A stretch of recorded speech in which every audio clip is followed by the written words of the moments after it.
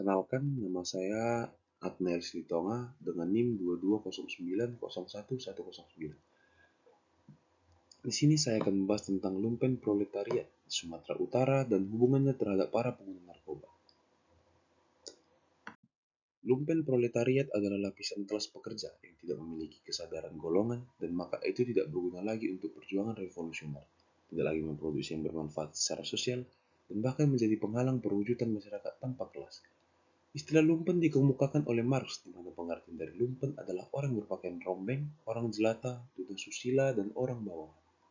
Lumpen proletariat adalah kelas yang berbahaya, sampah masyarakat yang terpinggirkan hingga masyarakat kelas bawah. Sumatera Utara merupakan kabupaten yang sangat memiliki masyarakat golongan lumpen proletariat. Besarnya Sumatera Utara dan belum meratanya seluruh kesejahteraan masyarakat di Sumatera Utara banyak menciptakan masyarakat lumpen. Contoh seperti para pengemis, gelandangan, manusia silver, tukang butut, pengguna narkoba, dan lain-lain. Sumatera Utara sendiri juga merupakan kota dengan kasus narkoba yang sangat tinggi dan belum terminimalisir hingga saat ini.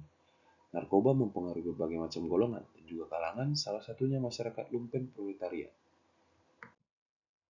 Jadi, dalam analisis saya membuktikan kasus narkoba Sumatera Utara dengan masyarakat golongan lumpen proletariat. Seperti yang kita ketahui, narkoba menjadi barang terlarang dan memiliki izin khusus untuk menggunakannya. Dan hingga saat ini, masih banyak masyarakat berbagai golongan salah menggunakan obat-obatan terlarang tersebut. Salah satu dan terbilang banyak ialah masyarakat golongan lumpen proletariat. Seperti yang dijelaskan Marx, lumpen adalah masyarakat dengan golongan masyarakat terpinggirkan atau sampah masyarakat di sebuah kota yang tidak memiliki golongan atau bergerak secara sendiri dan tidak terorganisir.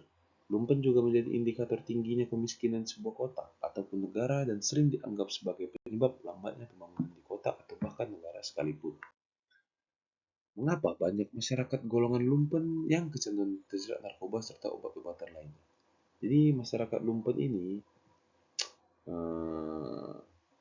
dapat diartikan sebagai masyarakat kelas bawah atau masyarakat yang tidak dianggap di kalangan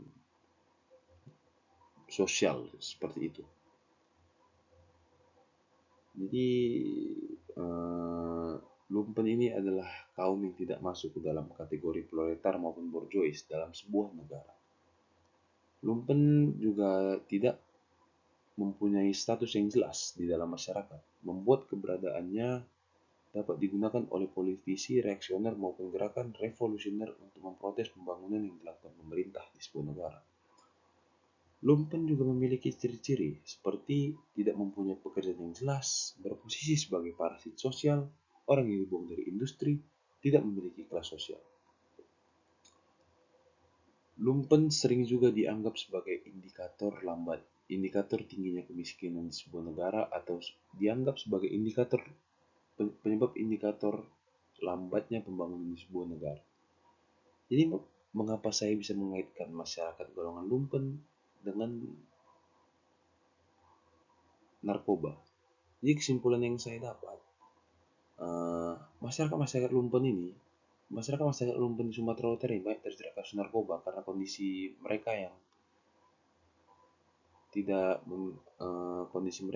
memiliki kelas sosial dan tidak memiliki pekerjaan yang membuat posisi tawar mereka menjadi tinggi. Jadi mereka beranggapan bahwa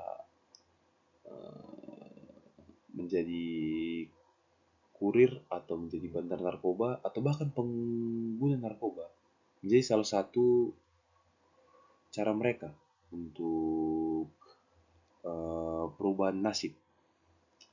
Jadi lumpen ini memiliki sebuah ekonomi yang atau bisa dibilang mempunyai ekonomi yang buruk. Dan mengapa bisa terkait dengan narkoba? Narkoba di Sumatera ini memiliki kasus yang sangat tinggi. Narkoba ini juga menjadi sebuah pekerjaan seperti upah buruh kebun. Kondisi darurat narkoba di Sumut ini tergambar dari 1058 pelaku kejahatan narkoba yang ditangkap hanya dalam kurun waktu 22 hari. Narkoba ini juga beredar di kota, lingkungan mahasiswa, perkebunan, hingga perkampungan yang memiliki masyarakat lumpen proletariat. Jadi perkampungan yang memiliki masyarakat lumpen ini beranggapan bahwa menjual narkoba bisa merubah nasib mereka, dan juga mereka berpikiran bahwa menjadi kurir atau menjadi bandar narkoba adalah salah satu atau satu-satunya pekerjaan yang bisa merubah nasib mereka, karena masyarakat lumpen ini memiliki kecemburuan terhadap masyarakat-masyarakat sosial, masyarakat-masyarakat kelas sosial yang tinggi, atau masyarakat kelas yang bisa disebut sebagai kelas atas. Jadi masyarakat lumpen ini, karena mereka tidak memiliki ekonomi yang baik, mereka beranggapan bahwa menjadi pengedar-pengedar narkoba adalah sebuah jalan keluar,